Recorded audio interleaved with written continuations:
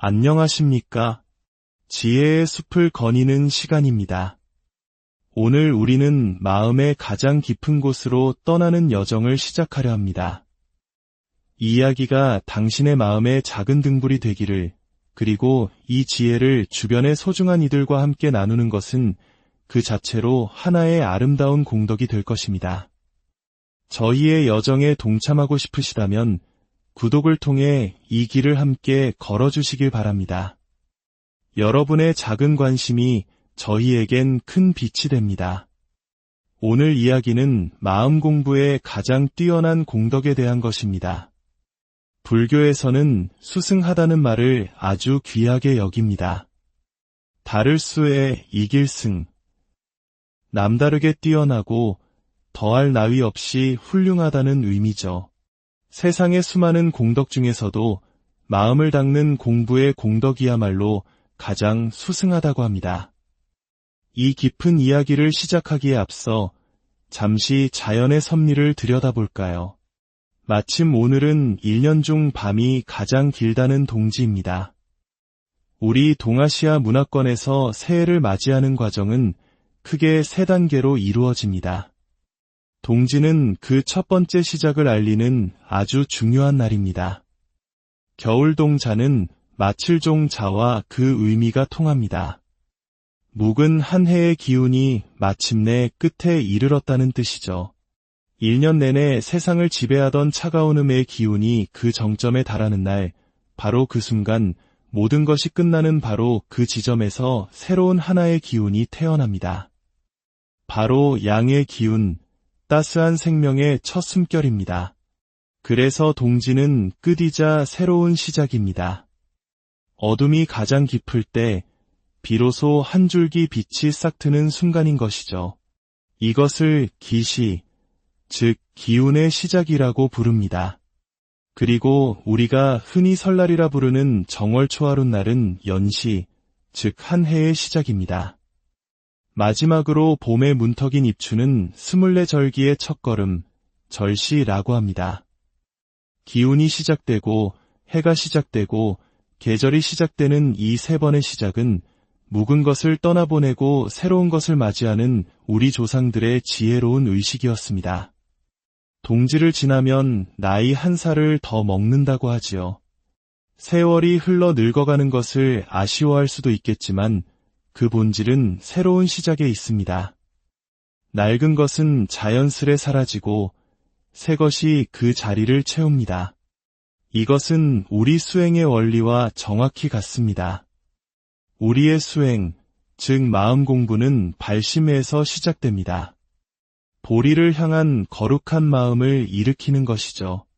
이 발심이야말로 우리 마음의 동지여, 설날이여, 입춘입니다.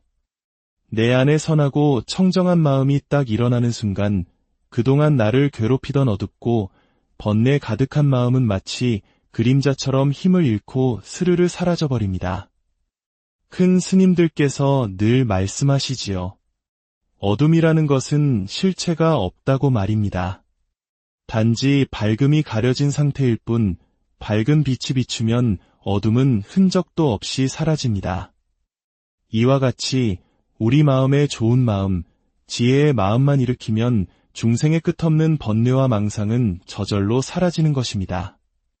이것이 바로 마음 공부의 시작입니다.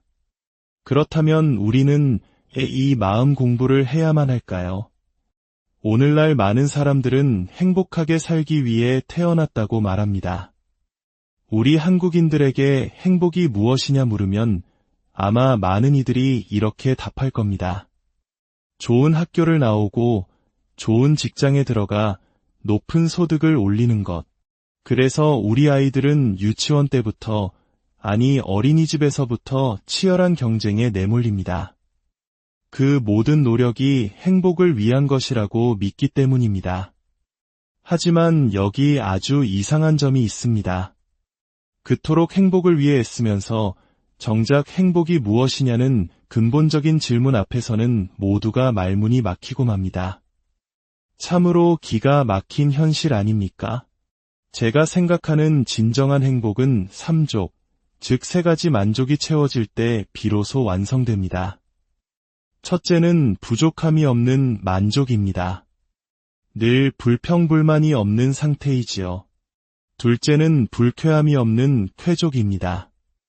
만족스럽긴 한데 기분이 어딘가 찜찜하다면 온전한 행복이 아니죠. 마음이 늘 유쾌하고 상쾌한 상태입니다. 그리고 마지막, 가장 중요한 것이 바로 상족입니다. 항상 즉 언제나 영원히 만족스러운 상태를 말합니다. 우리에겐 고진감래라는 익숙한 말이 있습니다. 고생 끝에 낙이 온다는 희망적인 말이죠. 하지만 옛사람들은 흥진비례라는 말도 함께 사용했습니다. 즐거움이 다하면 슬픔이 찾아온다는 뜻입니다. 이것이 바로 범부의 삶입니다. 좋았다가 나빴다가 기뻤다가 슬펐다가 끝없이 오가는 시소와 같죠. 이것은 상족, 영원한 행복이 아닙니다. 늙을 때도 만족하고 병들 때도 만족하고 심지어 죽음 앞에서도 흔들림 없이 만족할 수 있는 상태, 모든 고통이 사라지고 오직 즐거움만이 가득한 경지. 불교에서는 이를 극락이라 부릅니다. 이러한 상족, 즉 극락의 경지는 어떻게 얻을 수 있을까요? 오직 고요한 지혜를 통해서만 가능합니다. 그리고 그 지혜는 마음 공부를 통해서만 얻을 수 있습니다. 제가 이토록 길게 행복에 대해 이야기한 이유는 결국 이 한마디를 하기 위함이었습니다. 진정한 행복을 원한다면 마음 공부는 선택이 아닌 필수라는 것을 말입니다. 제가 처음 절에 왔을 때 초파일 즈음에 법당에 붙어있던 글귀가 아직도 생생합니다. 사흘 닦은 마음은 천년의 보배여, 100년 탐한 재물은 하루아침의 티끌이다. 사흘이라는 짧은 시간이라도 마음을 닦은 공덕은 천년이 지나도 변치 않는 보배가 되지만 평생을 바쳐 모은 재물이라도 죽음 앞에서는 한순간의 먼지가 될 뿐이라는 뜻입니다. 그렇다면 마음을 닦는다는 것은 과연 무엇일까요? 그것은 바로 정심과 명심입니다. 정심이란 마음을 깨끗하게 하는 것이고 명심이란 마음을 밝히는 것입니다. 신라의 위대한 스승 의상대사께서는 정심을 이렇게 비유하셨습니다. 사람들은 물로써 온갖 더러운 것을 씻어낼 줄은 알지만 정작 그 씻어내는 물 자체를 깨끗하게 할 줄은 모르는구나. 우리는 마음을 가지고 세상을 보고, 듣고, 느끼고, 행동합니다. 이 마음이 바로 세상을 닦는 물과 같습니다. 만약 그 물이 흐리고 더럽다면 그 물로 무엇을 닦은들 깨끗해지겠습니까? 마음이 혼탁하면 보는 것도, 듣는 것도, 생각하는 것도 모두 혼탁해집니다. 내 마음 하나가 흐려지면 온 세상이 흐려지는 것입니다. 반대로 내 마음 하나를 맑히면 온 우주가 맑아지는 것입니다. 그렇다면 이 혼탁한 마음의 물을 어떻게 맑힐 수 있을까요? 방법은 단 하나입니다. 흔들지 않는 것입니다. 흙탕물이 담긴 그릇을 가만히 두면 흙은 아래로 가라앉고 맑은 물이 위로 떠오르는 것처럼 우리 마음도 고요히 두어야 합니다. 이것을 지수라고 합니다. 움직임을 멈춘 물은 마침내 명경지수, 즉 맑은 거울과 같이 되어 세상 만물을 있는 그대로 비추게 됩니다. 마음을 닦는 공부도 이와 같습니다. 아름다운 것을 보고 그 아름다움에 정신없이 쫓아가면 마음이 흔들리고 귀에 거슬리는 소리를 듣고 그 소리에 화를 내며 쫓아가면 마음이 흔들립니다. 누군가 나에게 욕을 하더라도 그저 욕하는 소리가 있구나라고 알기만 하고 거기에 왜 나에게 욕을 하지? 라는 생각을 일으키지 않으면 내 마음은 흔들리지 않고 고요함을 유지합니다. 이것이 바로 경계에 흔들리지 않는 정심 공부입니다. 시끄러운 세상 속에서도 눈을 뜨고 모든 것을 보고 들으면서도 그 마음에 파도를 일으키지 않는 것, 그것이 진정한 고요함입니다. 고요하면 맑아지고 맑아지면 밝아지며 밝아지면 마침내 통하게 됩니다. 이 통하는 경지가 바로 명심, 즉 마음의 실체를 깨닫는 것입니다. 마음 공부의 목적은 그저 마음을 고요하게 하는 행위 자체가 아니라 깨달음에 있습니다. 깨달음이란 무엇일까요? 바로 나를 바로 알고 나를 바로 보는 것입니다. 우리는 행복을 원하지만 정작 그 행복을 느끼는 주체인 나가 누구인지 모릅니다. 내 몸, 내 마음, 내 생각이라고 말하지만 그 몸과 마음과 생각의 주인인 나의 정체는 알지 못합니다. 이 코는 내 코이지 나가 아닙니다. 이 손은 내 손이지 나가 아닙니다. 이 몸뚱이가 늙는 것이지 진짜 나는 늙지 않습니다. 이 몸과 마음을 도구로 쓰는 진짜 주인을 아는 것, 그것이 바로 깨달음입니다. 옛 선사들은 이 깨달음의 가치를 경이로운 비유로 설명했습니다. 어떤 사람이 더러운 분뇨가 산더미처럼 쌓인 곳에서 억만 년을 쓰고도 남을 만큼 값진 보배 구슬을 찾아낸 것과 같다. 또는 천년 묵은 죽은 복숭아 씨앗에서 경이로운 새 꽃이 피어나는 것과 같다. 혹은 아무 쓸모없는 지프로 만든 강아지가 갑자기 살아나서 백수의 왕인 사자의 간담을 서늘하게 만드는 것과 같다. 이처럼 깨달음의 공덕은 세속의 가치로는 헤아릴 수 없는 가장 수승한 것입니다. 그렇다면 내가 찾아야 할 진짜 나는 무엇일까요? 그것은 바로 나의 영성, 신령스러운 본성입니다. 이 우주에 오직 하나뿐이며 하늘보다 먼저 있었고 땅보다 오래도록 존재합니다. 모든 마음과 생각의 조상이 되며 그 본체와 작용은 너무나 미묘하여 천가지만 가지로 변화를 일으킵니다. 이 진짜 나를 찾았을 때 우리는 비로소 상족, 즉 영원한 만족과 행복을 누리게 됩니다. 더 이상 고통과 즐거움의 윤회에 휘둘리지 않게 되는 것입니다. 그 길은 멀리 있지 않습니다. 지금 보고 듣고 느끼고 생각하는 바로 이것이 무엇인가를 돌이켜보는 데에 있습니다. 보는 놈을 따라 들어가고 듣는 놈을 따라 들어가면 마침내 그 주인인 나를 만나게 됩니다. 오늘 이야기의 끝에서 마음 공부에 대한 3가지 문답을 여러분께 화두로 던져드리고자 합니다. 첫째, 어떤 것이 마음을 맑히는 정심 공부입니까? 대답은 이것입니다. 지금 그렇게 묻는 그것이 무엇입니까? 둘째, 어떤 것이 마음을 밝히는 명심 공부입니까? 대답은 같습니다. 지금 그렇게 묻는 그것이 무엇입니까? 셋째, 어떤 것이 나의 참된 영성입니까? 대답은 역시 같습니다. 지금 그렇게 묻는 그것이 무엇입니까? 인생은 공부의 연속입니다. 하지만 세상의 모든 공부가 밖에서 무언가를 배우는 것이라면 마음 공부만은 유일하게 안으로 파고들어 나 자신에게서 배우는 것입니다. 인간으로 태어나 우리가 진실로 해야 할 단 하나의 일이 있다면 그것은 바로 나를 찾는 공부일 것입니다. 오늘의 이야기가 여러분 각자의 마음속에 잠들어 있는 영원한 보배를 찾아 나서는 거룩한 첫걸음이 되기를 진심으로 발언합니다. 안녕하십니까? 지혜의 숲을 거니는 시간입니다. 오늘 우리는 마음의 가장 깊은 곳으로 떠나는 여정을 시작하려 합니다. 이 이야기가 당신의 마음의 작은 등불이 되기를, 그리고 이 지혜를 주변의 소중한 이들과 함께 나누는 것은 그 자체로 하나의 아름다운 공덕이 될 것입니다. 저희의 여정에 동참하고 싶으시다면 구독을 통해 이 길을 함께 걸어주시길 바랍니다. 여러분의 작은 관심이 저희에겐 큰 빛이 됩니다. 오늘 이야기는 마음 공부의 가장 뛰어난 공덕에 대한 것입니다. 불교에서는 수승하다는 말을 아주 귀하게 여깁니다.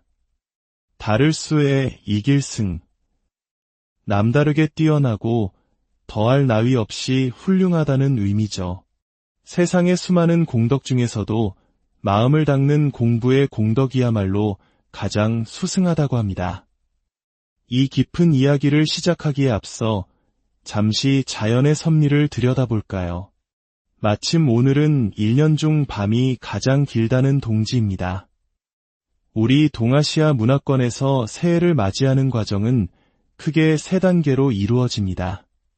동지는 그 첫 번째 시작을 알리는 아주 중요한 날입니다. 겨울동자는 마칠종자와 그 의미가 통합니다. 묵은 한 해의 기운이 마침내 끝에 이르렀다는 뜻이죠. 1년 내내 세상을 지배하던 차가운 음의 기운이 그 정점에 달하는 날, 바로 그 순간 모든 것이 끝나는 바로 그 지점에서 새로운 하나의 기운이 태어납니다. 바로 양의 기운, 따스한 생명의 첫 숨결입니다. 그래서 동지는 끝이자 새로운 시작입니다. 어둠이 가장 깊을 때 비로소 한 줄기 빛이 싹 트는 순간인 것이죠. 이것을 기시, 즉 기운의 시작이라고 부릅니다. 그리고 우리가 흔히 설날이라 부르는 정월초하룻 날은 연시, 즉 한 해의 시작입니다. 마지막으로 봄의 문턱인 입추는 24절기의 첫걸음, 절시라고 합니다. 기운이 시작되고 해가 시작되고 계절이 시작되는 이 3번의 시작은 묵은 것을 떠나보내고 새로운 것을 맞이하는 우리 조상들의 지혜로운 의식이었습니다. 동지를 지나면 나이 1살을 더 먹는다고 하지요. 세월이 흘러 늙어가는 것을 아쉬워할 수도 있겠지만 그 본질은 새로운 시작에 있습니다. 낡은 것은 자연스레 사라지고 새 것이 그 자리를 채웁니다. 이것은 우리 수행의 원리와 정확히 같습니다. 우리의 수행, 즉 마음 공부는 발심에서 시작됩니다. 보리를 향한 거룩한 마음을 일으키는 것이죠. 이 발심이야말로 우리 마음의 동지여, 설날이여, 입춘입니다. 내 안에 선하고 청정한 마음이 딱 일어나는 순간 그동안 나를 괴롭히던 어둡고 번뇌 가득한 마음은 마치 그림자처럼 힘을 잃고 스르르 사라져버립니다. 큰 스님들께서 늘 말씀하시지요. 어둠이라는 것은 실체가 없다고 말입니다. 단지 밝음이 가려진 상태일 뿐 밝은 빛이 비추면 어둠은 흔적도 없이 사라집니다. 이와 같이 우리 마음의 좋은 마음, 지혜의 마음만 일으키면 중생의 끝없는 번뇌와 망상은 저절로 사라지는 것입니다. 이것이 바로 마음 공부의 시작입니다. 그렇다면 우리는 이 마음 공부를 해야만 할까요? 오늘날 많은 사람들은 행복하게 살기 위해 태어났다고 말합니다. 우리 한국인들에게 행복이 무엇이냐 물으면 아마 많은 이들이 이렇게 답할 겁니다. 좋은 학교를 나오고 좋은 직장에 들어가 높은 소득을 올리는 것. 그래서 우리 아이들은 유치원 때부터, 아니 어린이집에서부터 치열한 경쟁에 내몰립니다. 그 모든 노력이 행복을 위한 것이라고 믿기 때문입니다. 하지만 여기 아주 이상한 점이 있습니다. 그토록 행복을 위해 애쓰면서 정작 행복이 무엇이냐는 근본적인 질문 앞에서는 모두가 말문이 막히고 맙니다. 참으로 기가 막힌 현실 아닙니까? 제가 생각하는 진정한 행복은 3족, 즉 3가지 만족이 채워질 때 비로소 완성됩니다. 첫째는 부족함이 없는 만족입니다. 늘 불평불만이 없는 상태이지요. 둘째는 불쾌함이 없는 쾌족입니다. 만족스럽긴 한데 기분이 어딘가 찜찜하다면 온전한 행복이 아니죠. 마음이 늘 유쾌하고 상쾌한 상태입니다. 그리고 마지막, 가장 중요한 것이 바로 상족입니다. 항상 상, 즉 언제나 영원히 만족스러운 상태를 말합니다. 우리에겐 고진감래라는 익숙한 말이 있습니다. 고생 끝에 낙이 온다는 희망적인 말이죠. 하지만 옛사람들은 흥진비례라는 말도 함께 사용했습니다. 즐거움이 다하면 슬픔이 찾아온다는 뜻입니다. 이것이 바로 범부의 삶입니다. 좋았다가 나빴다가 기뻤다가 슬펐다가 끝없이 오가는 시소와 같죠. 이것은 상족, 영원한 행복이 아닙니다. 늙을 때도 만족하고 병들 때도 만족하고 심지어 죽음 앞에서도 흔들림 없이 만족할 수 있는 상태, 모든 고통이 사라지고 오직 즐거움만이 가득한 경지. 불교에서는 이를 극락이라 부릅니다. 이러한 상족, 즉 극락의 경지는 어떻게 얻을 수 있을까요? 오직 고요한 지혜를 통해서만 가능합니다. 그리고 그 지혜는 마음 공부를 통해서만 얻을 수 있습니다. 제가 이토록 길게 행복에 대해 이야기한 이유는 결국 이 한마디를 하기 위함이었습니다. 진정한 행복을 원한다면 마음 공부는 선택이 아닌 필수라는 것을 말입니다. 제가 처음 절에 왔을 때 초파일 즈음에 법당에 붙어있던 글귀가 아직도 생생합니다. 사흘 닦은 마음은 천년의 보배여, 백년 탐한 재물은 하루아침에 티끌이다. 사흘이라는 짧은 시간이라도 마음을 닦은 공덕은 천년이 지나도 변치 않는 보배가 되지만 평생을 바쳐 모은 재물이라도 죽음 앞에서는 한순간의 먼지가 될 뿐이라는 뜻입니다. 그렇다면 마음을 닦는다는 것은 과연 무엇일까요? 그것은 바로 정심과 명심입니다. 정심이란 마음을 깨끗하게 하는 것이고 명심이란 마음을 밝히는 것입니다. 신라의 위대한 스승 의상대사께서는 정심을 이렇게 비유하셨습니다. 사람들은 물로써 온갖 더러운 것을 씻어낼 줄은 알지만 정작 그 씻어내는 물 자체를 깨끗하게 할 줄은 모르는구나. 우리는 마음을 가지고 세상을 보고, 듣고, 느끼고, 행동합니다. 이 마음이 바로 세상을 닦는 물과 같습니다. 만약 그 물이 흐리고 더럽다면 그 물로 무엇을 닦은들 깨끗해지겠습니까? 마음이 혼탁하면 보는 것도, 듣는 것도, 생각하는 것도 모두 혼탁해집니다. 내 마음 하나가 흐려지면 온 세상이 흐려지는 것입니다. 반대로 내 마음 하나를 맑히면 온 우주가 맑아지는 것입니다. 그렇다면 이 혼탁한 마음의 물을 어떻게 맑힐 수 있을까요? 방법은 단 하나입니다. 흔들지 않는 것입니다. 흙탕물이 담긴 그릇을 가만히 두면 흙은 아래로 가라앉고 맑은 물이 위로 떠오르는 것처럼 우리 마음도 고요히 두어야 합니다. 이것을 지수라고 합니다. 움직임을 멈춘 물은 마침내 명경지수, 즉 맑은 거울과 같이 되어 세상 만물을 있는 그대로 비추게 됩니다. 마음을 닦는 공부도 이와 같습니다. 아름다운 것을 보고 그 아름다움에 정신없이 쫓아가면 마음이 흔들리고 귀에 거슬리는 소리를 듣고 그 소리에 화를 내며 쫓아가면 마음이 흔들립니다. 누군가 나에게 욕을 하더라도 그저 욕하는 소리가 있구나라고 알기만 하고 거기에 왜 나에게 욕을 하지? 라는 생각을 일으키지 않으면 내 마음은 흔들리지 않고 고요함을 유지합니다. 이것이 바로 경계에 흔들리지 않는 정심 공부입니다.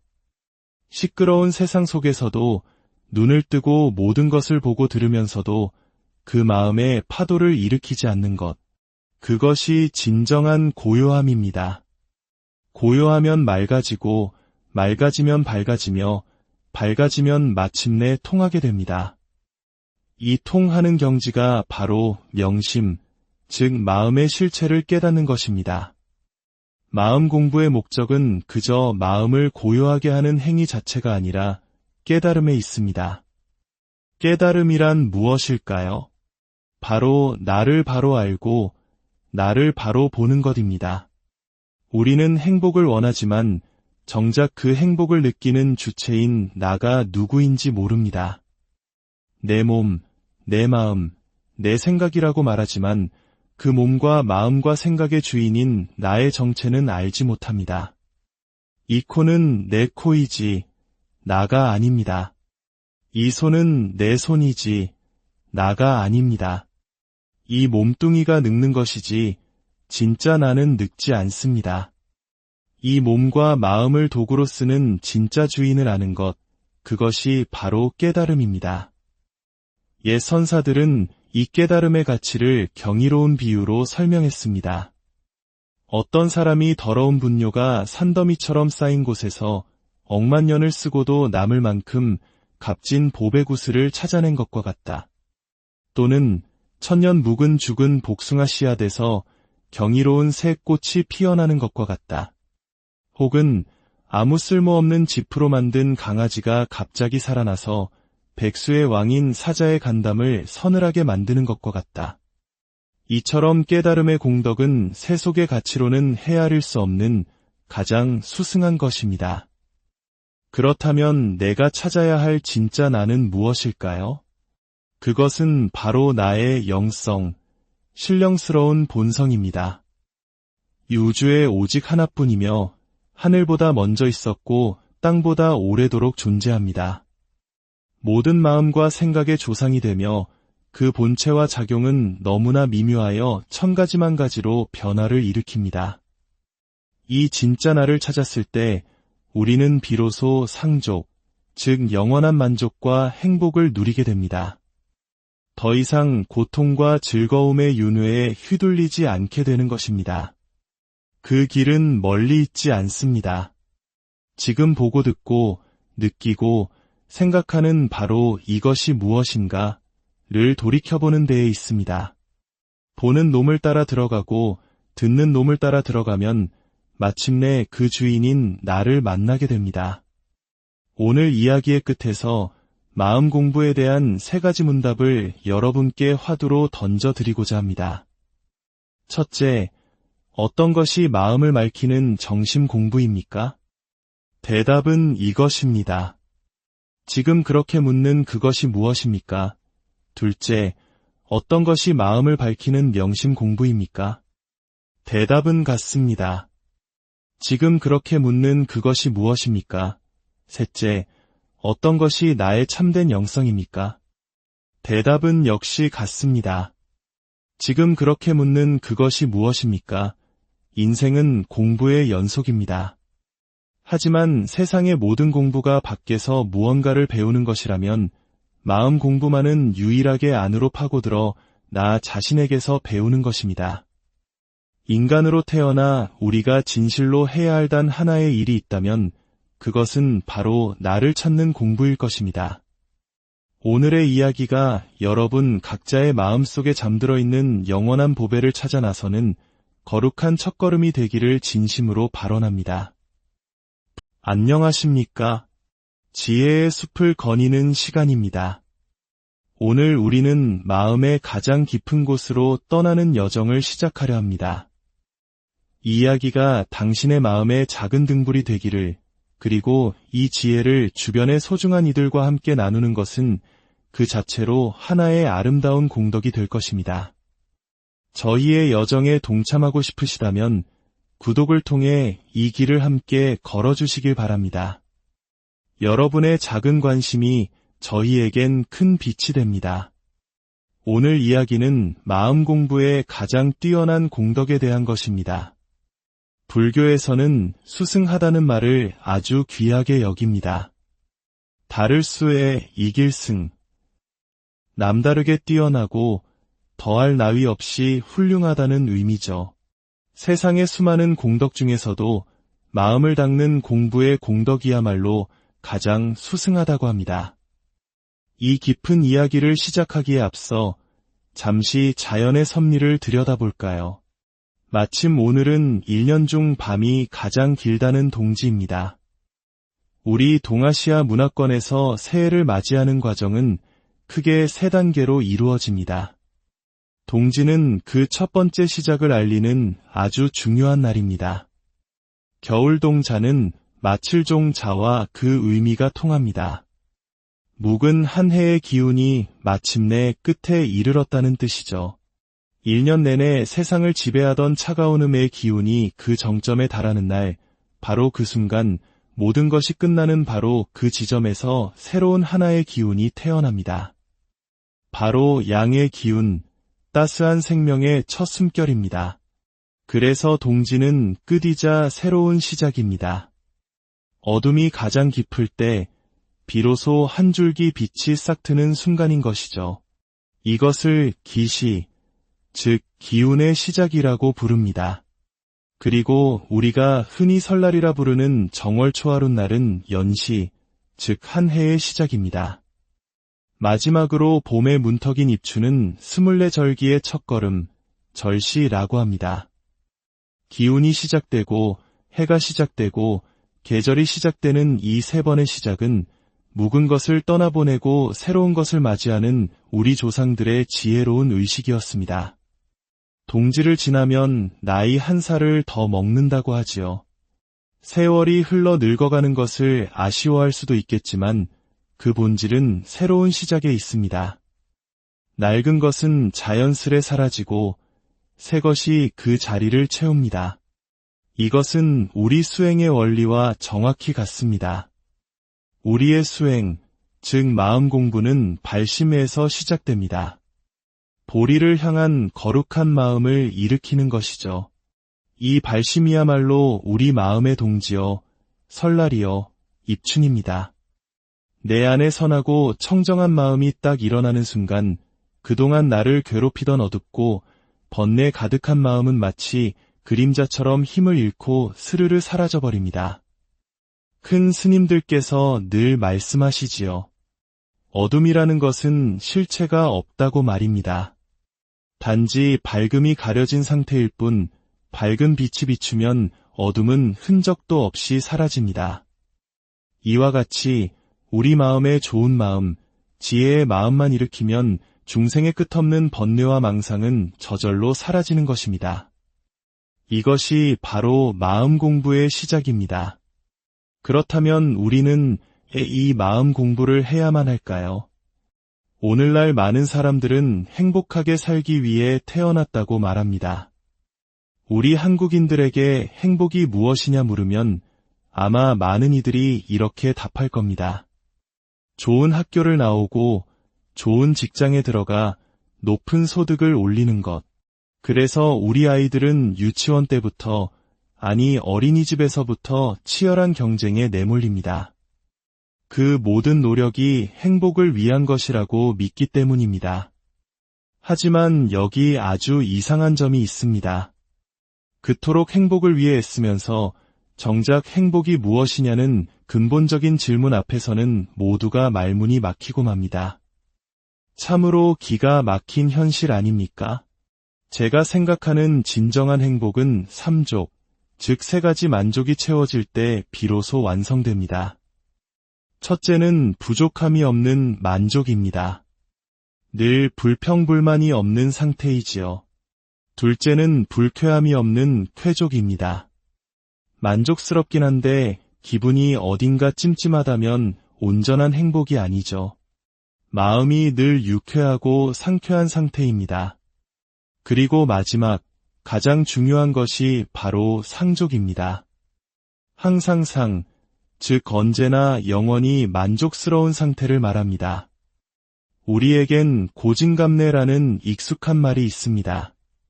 고생 끝에 낙이 온다는 희망적인 말이죠.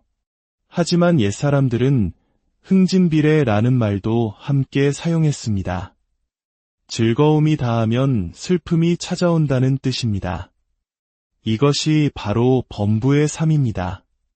좋았다가 나빴다가 기뻤다가 슬펐다가 끝없이 오가는 시소와 같죠. 이것은 상족, 영원한 행복이 아닙니다. 늙을 때도 만족하고 병들 때도 만족하고 심지어 죽음 앞에서도 흔들림 없이 만족할 수 있는 상태, 모든 고통이 사라지고 오직 즐거움만이 가득한 경지. 불교에서는 이를 극락이라 부릅니다. 이러한 상족, 즉 극락의 경지는 어떻게 얻을 수 있을까요? 오직 고요한 지혜를 통해서만 가능합니다. 그리고 그 지혜는 마음 공부를 통해서만 얻을 수 있습니다. 제가 이토록 길게 행복에 대해 이야기한 이유는 결국 이 한마디를 하기 위함이었습니다. 진정한 행복을 원한다면 마음 공부는 선택이 아닌 필수라는 것을 말입니다. 제가 처음 절에 왔을 때 초파일 즈음에 법당에 붙어있던 글귀가 아직도 생생합니다. 사흘 닦은 마음은 천년의 보배여, 백년 탐한 재물은 하루아침에 티끌이다.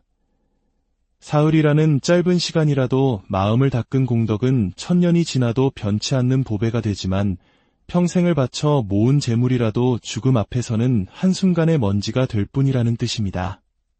그렇다면 마음을 닦는다는 것은 과연 무엇일까요? 그것은 바로 정심과 명심입니다. 정심이란 마음을 깨끗하게 하는 것이고 명심이란 마음을 밝히는 것입니다. 신라의 위대한 스승 의상대사께서는 정심을 이렇게 비유하셨습니다. 사람들은 물로써 온갖 더러운 것을 씻어낼 줄은 알지만 정작 그 씻어내는 물 자체를 깨끗하게 할 줄은 모르는구나. 우리는 마음을 가지고 세상을 보고, 듣고, 느끼고, 행동합니다. 이 마음이 바로 세상을 닦는 물과 같습니다. 만약 그 물이 흐리고 더럽다면 그 물로 무엇을 닦은들 깨끗해지겠습니까? 마음이 혼탁하면 보는 것도, 듣는 것도, 생각하는 것도 모두 혼탁해집니다. 내 마음 하나가 흐려지면 온 세상이 흐려지는 것입니다. 반대로 내 마음 하나를 맑히면 온 우주가 맑아지는 것입니다. 그렇다면 이 혼탁한 마음의 물을 어떻게 맑힐 수 있을까요? 방법은 단 하나입니다. 흔들지 않는 것입니다. 흙탕물이 담긴 그릇을 가만히 두면 흙은 아래로 가라앉고 맑은 물이 위로 떠오르는 것처럼 우리 마음도 고요히 두어야 합니다. 이것을 지수라고 합니다. 움직임을 멈춘 물은 마침내 명경지수, 즉 맑은 거울과 같이 되어 세상 만물을 있는 그대로 비추게 됩니다. 마음을 닦는 공부도 이와 같습니다.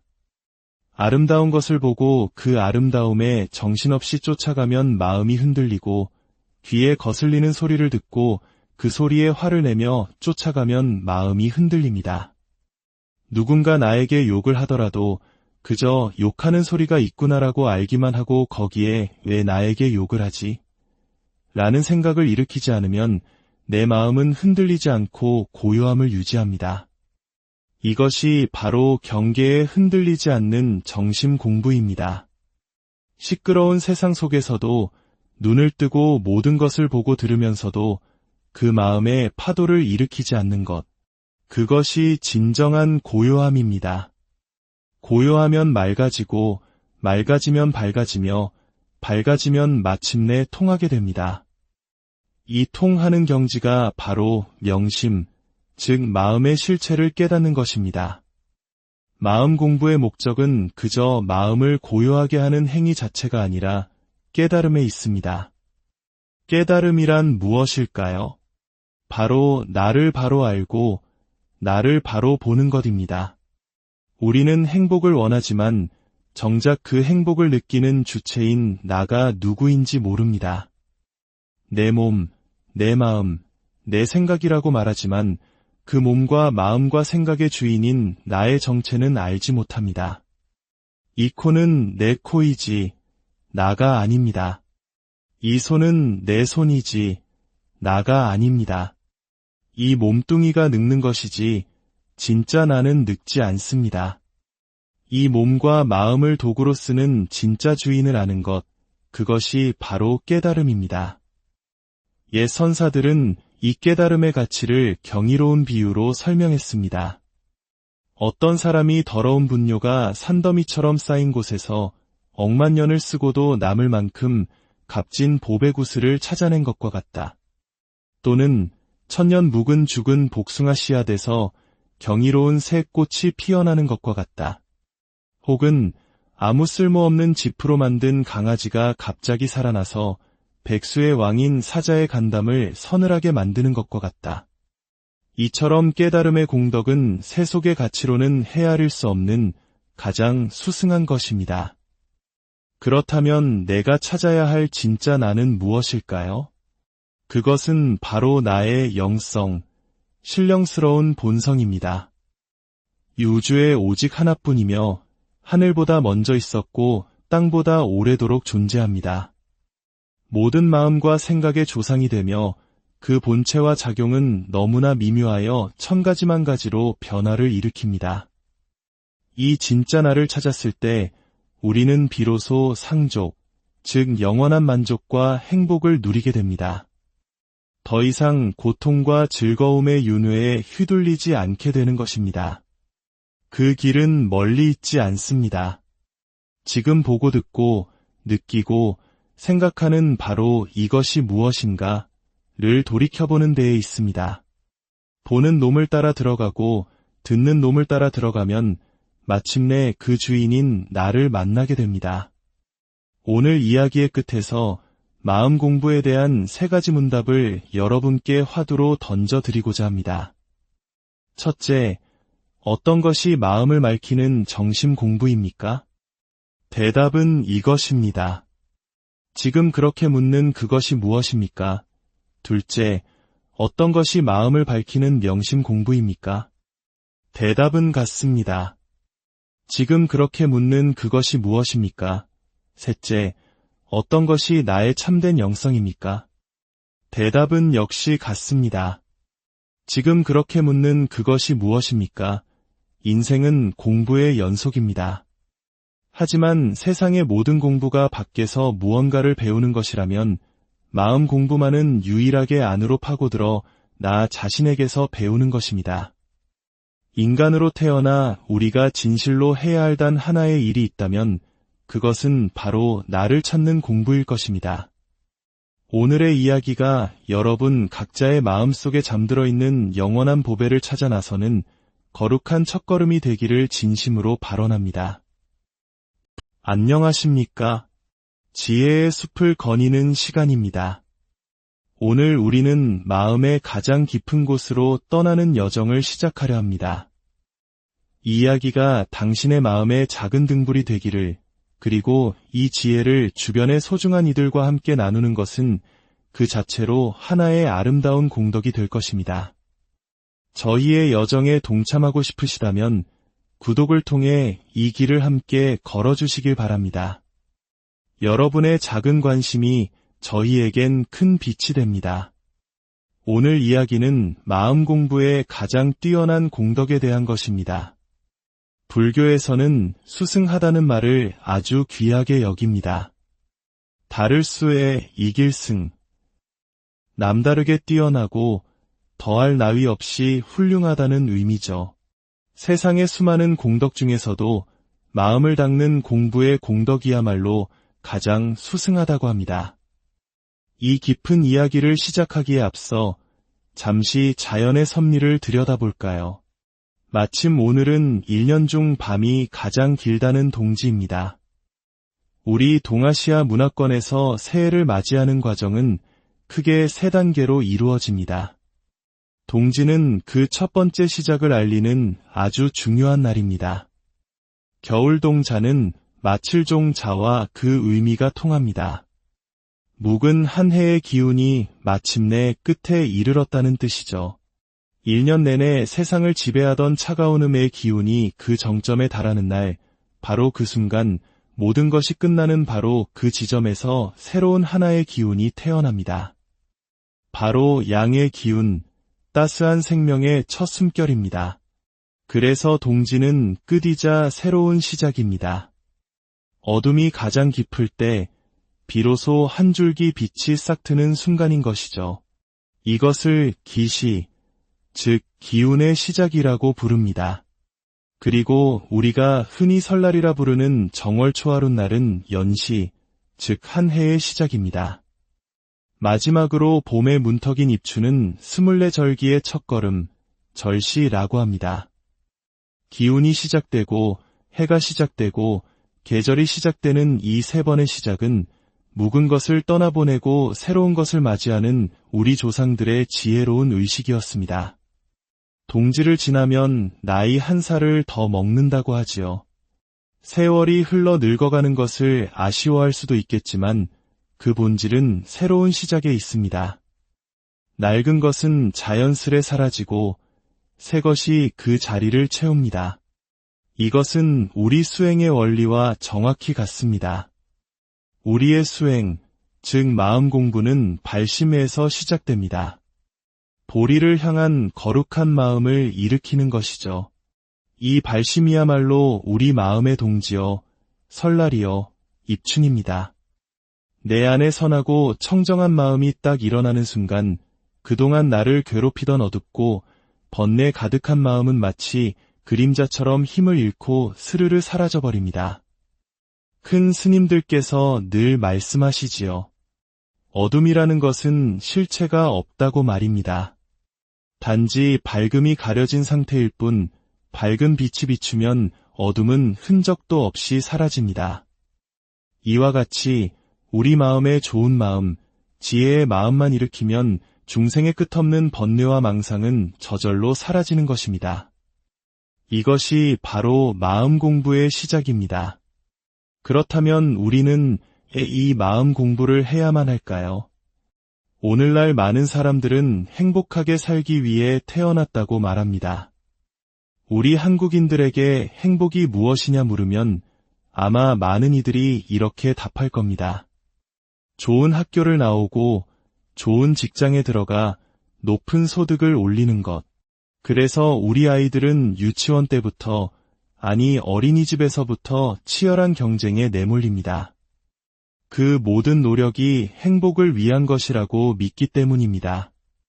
하지만 여기 아주 이상한 점이 있습니다. 그토록 행복을 위해 애쓰면서 정작 행복이 무엇이냐는 근본적인 질문 앞에서는 모두가 말문이 막히고 맙니다. 참으로 기가 막힌 현실 아닙니까? 제가 생각하는 진정한 행복은 3족, 즉 3가지 만족이 채워질 때 비로소 완성됩니다. 첫째는 부족함이 없는 만족입니다. 늘 불평불만이 없는 상태이지요. 둘째는 불쾌함이 없는 쾌족입니다. 만족스럽긴 한데 기분이 어딘가 찜찜하다면 온전한 행복이 아니죠. 마음이 늘 유쾌하고 상쾌한 상태입니다. 그리고 마지막, 가장 중요한 것이 바로 상족입니다. 항상 상, 즉 언제나 영원히 만족스러운 상태를 말합니다. 우리에겐 고진감래라는 익숙한 말이 있습니다. 고생 끝에 낙이 온다는 희망적인 말이죠. 하지만 옛사람들은 흥진비례라는 말도 함께 사용했습니다. 즐거움이 다하면 슬픔이 찾아온다는 뜻입니다. 이것이 바로 범부의 삶입니다. 좋았다가 나빴다가 기뻤다가 슬펐다가 끝없이 오가는 시소와 같죠. 이것은 상족, 영원한 행복이 아닙니다. 늙을 때도 만족하고 병들 때도 만족하고 심지어 죽음 앞에서도 흔들림 없이 만족할 수 있는 상태, 모든 고통이 사라지고 오직 즐거움만이 가득한 경지. 불교에서는 이를 극락이라 부릅니다. 이러한 상족, 즉 극락의 경지는 어떻게 얻을 수 있을까요? 오직 고요한 지혜를 통해서만 가능합니다. 그리고 그 지혜는 마음 공부를 통해서만 얻을 수 있습니다. 제가 이토록 길게 행복에 대해 이야기한 이유는 결국 이 한마디를 하기 위함이었습니다. 진정한 행복을 원한다면 마음 공부는 선택이 아닌 필수라는 것을 말입니다. 제가 처음 절에 왔을 때 초파일 즈음에 법당에 붙어있던 글귀가 아직도 생생합니다. 사흘 닦은 마음은 천년의 보배여, 100년 탐한 재물은 하루아침에 티끌이다. 사흘이라는 짧은 시간이라도 마음을 닦은 공덕은 천년이 지나도 변치 않는 보배가 되지만 평생을 바쳐 모은 재물이라도 죽음 앞에서는 한순간의 먼지가 될 뿐이라는 뜻입니다. 그렇다면 마음을 닦는다는 것은 과연 무엇일까요? 그것은 바로 정심과 명심입니다. 정심이란 마음을 깨끗하게 하는 것이고 명심이란 마음을 밝히는 것입니다. 신라의 위대한 스승 의상대사께서는 정심을 이렇게 비유하셨습니다. 사람들은 물로써 온갖 더러운 것을 씻어낼 줄은 알지만 정작 그 씻어내는 물 자체를 깨끗하게 할 줄은 모르는구나. 우리는 마음을 가지고 세상을 보고, 듣고, 느끼고, 행동합니다. 이 마음이 바로 세상을 닦는 물과 같습니다. 만약 그 물이 흐리고 더럽다면 그 물로 무엇을 닦은들 깨끗해지겠습니까? 마음이 혼탁하면 보는 것도, 듣는 것도, 생각하는 것도 모두 혼탁해집니다. 내 마음 하나가 흐려지면 온 세상이 흐려지는 것입니다. 반대로 내 마음 하나를 맑히면 온 우주가 맑아지는 것입니다. 그렇다면 이 혼탁한 마음의 물을 어떻게 맑힐 수 있을까요? 방법은 단 하나입니다. 흔들지 않는 것입니다. 흙탕물이 담긴 그릇을 가만히 두면 흙은 아래로 가라앉고 맑은 물이 위로 떠오르는 것처럼 우리 마음도 고요히 두어야 합니다. 이것을 지수라고 합니다. 움직임을 멈춘 물은 마침내 명경지수, 즉 맑은 거울과 같이 되어 세상 만물을 있는 그대로 비추게 됩니다. 마음을 닦는 공부도 이와 같습니다. 아름다운 것을 보고 그 아름다움에 정신없이 쫓아가면 마음이 흔들리고, 귀에 거슬리는 소리를 듣고 그 소리에 화를 내며 쫓아가면 마음이 흔들립니다. 누군가 나에게 욕을 하더라도 그저 욕하는 소리가 있구나라고 알기만 하고 거기에 왜 나에게 욕을 하지?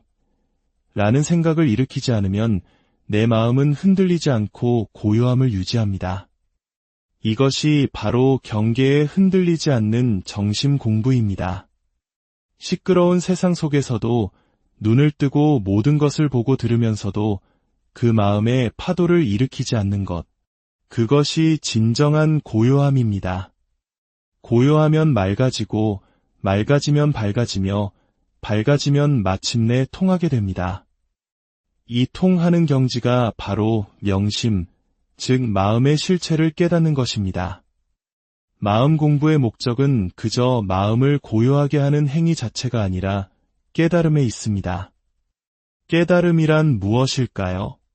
바로 나를 바로 알고 나를 바로 보는 것입니다. 우리는 행복을 원하지만 정작 그 행복을 느끼는 주체인 나가 누구인지 모릅니다. 내 몸, 내 마음, 내 생각이라고 말하지만 그 몸과 마음과 생각의 주인인 나의 정체는 알지 못합니다. 이 코는 내 코이지 나가 아닙니다. 이 손은 내 손이지 나가 아닙니다. 이 몸뚱이가 늙는 것이지 진짜 나는 늙지 않습니다. 이 몸과 마음을 도구로 쓰는 진짜 주인을 아는 것, 그것이 바로 깨달음입니다. 옛 선사들은 이 깨달음의 가치를 경이로운 비유로 설명했습니다. 어떤 사람이 더러운 분뇨가 산더미처럼 쌓인 곳에서 억만 년을 쓰고도 남을 만큼 값진 보배구슬을 찾아낸 것과 같다. 또는 천년 묵은 죽은 복숭아 씨앗에서 경이로운 새 꽃이 피어나는 것과 같다. 혹은 아무 쓸모없는 지프로 만든 강아지가 갑자기 살아나서 백수의 왕인 사자의 간담을 서늘하게 만드는 것과 같다. 이처럼 깨달음의 공덕은 세속의 가치로는 헤아릴 수 없는 가장 수승한 것입니다. 그렇다면 내가 찾아야 할 진짜 나는 무엇일까요? 그것은 바로 나의 영성, 신령스러운 본성입니다.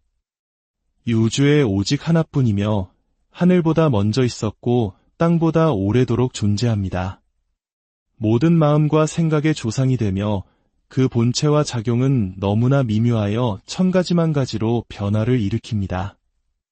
이 진짜 나를 찾았을 때 우리는 비로소 상족, 즉 영원한 만족과 행복을 누리게 됩니다. 더 이상 고통과 즐거움의 윤회에 휘둘리지 않게 되는 것입니다. 그 길은 멀리 있지 않습니다. 지금 보고 듣고 느끼고 생각하는 바로 이것이 무엇인가를 돌이켜보는 데에 있습니다. 보는 놈을 따라 들어가고 듣는 놈을 따라 들어가면 마침내 그 주인인 나를 만나게 됩니다.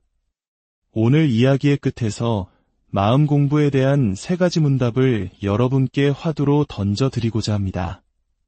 첫째, 어떤 것이 마음을 맑히는 정심 공부입니까?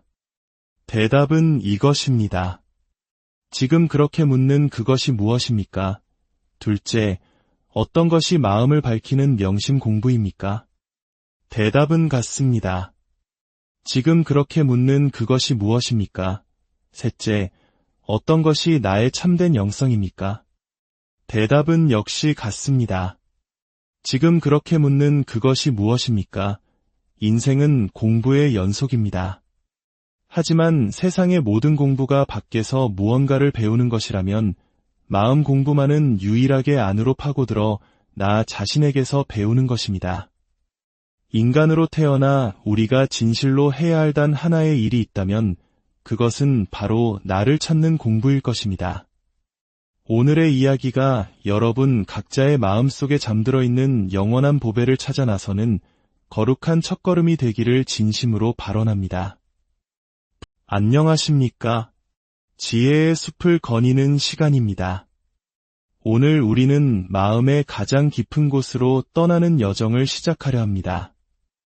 이 이야기가 당신의 마음의 작은 등불이 되기를, 그리고 이 지혜를 주변의 소중한 이들과 함께 나누는 것은 그 자체로 하나의 아름다운 공덕이 될 것입니다.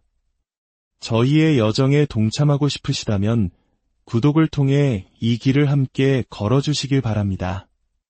여러분의 작은 관심이 저희에겐 큰 빛이 됩니다.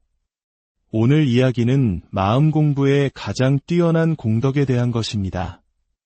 불교에서는 수승하다는 말을 아주 귀하게 여깁니다. 다를 수에 이길 승. 남다르게 뛰어나고 더할 나위 없이 훌륭하다는 의미죠. 세상의 수많은 공덕 중에서도 마음을 닦는 공부의 공덕이야말로 가장 수승하다고 합니다. 이 깊은 이야기를 시작하기에 앞서 잠시 자연의 섭리를 들여다볼까요? 마침 오늘은 1년 중 밤이 가장 길다는 동지입니다. 우리 동아시아 문화권에서 새해를 맞이하는 과정은 크게 3단계로 이루어집니다. 동지는 그 첫 번째 시작을 알리는 아주 중요한 날입니다. 겨울동자는 마칠종자와 그 의미가 통합니다. 묵은 한 해의 기운이 마침내 끝에 이르렀다는 뜻이죠. 1년 내내 세상을 지배하던 차가운 음의 기운이 그 정점에 달하는 날, 바로 그 순간 모든 것이 끝나는 바로 그 지점에서 새로운 하나의 기운이 태어납니다. 바로 양의 기운, 따스한 생명의 첫 숨결입니다. 그래서 동지는 끝이자 새로운 시작입니다. 어둠이 가장 깊을 때 비로소 한 줄기 빛이 싹 트는 순간인 것이죠. 이것을 기시, 즉 기운의 시작이라고 부릅니다. 그리고 우리가 흔히 설날이라 부르는 정월초하룻 날은 연시, 즉 한 해의 시작입니다. 마지막으로 봄의 문턱인 입추는 24절기의 첫걸음, 절시라고 합니다. 기운이 시작되고 해가 시작되고 계절이 시작되는 이 3번의 시작은 묵은 것을 떠나보내고 새로운 것을 맞이하는 우리 조상들의 지혜로운 의식이었습니다. 동지를 지나면 나이 1살을 더 먹는다고 하지요. 세월이 흘러 늙어가는 것을 아쉬워할 수도 있겠지만 그 본질은 새로운 시작에 있습니다. 낡은 것은 자연스레 사라지고 새 것이 그 자리를 채웁니다. 이것은 우리 수행의 원리와 정확히 같습니다. 우리의 수행, 즉 마음 공부는 발심에서 시작됩니다. 보리를 향한 거룩한 마음을 일으키는 것이죠. 이 발심이야말로 우리 마음의 동지여, 설날이여, 입춘입니다. 내 안에 선하고 청정한 마음이 딱 일어나는 순간 그동안 나를 괴롭히던 어둡고 번뇌 가득한 마음은 마치 그림자처럼 힘을 잃고 스르르 사라져버립니다. 큰 스님들께서 늘 말씀하시지요. 어둠이라는 것은 실체가 없다고 말입니다. 단지 밝음이 가려진 상태일 뿐 밝은 빛이 비추면 어둠은 흔적도 없이 사라집니다. 이와 같이 우리 마음의 좋은 마음, 지혜의 마음만 일으키면 중생의 끝없는 번뇌와 망상은 저절로 사라지는 것입니다. 이것이 바로 마음 공부의 시작입니다. 그렇다면 우리는 이 마음 공부를 해야만 할까요? 오늘날 많은 사람들은 행복하게 살기 위해 태어났다고 말합니다. 우리 한국인들에게 행복이 무엇이냐 물으면 아마 많은 이들이 이렇게 답할 겁니다. 좋은 학교를 나오고 좋은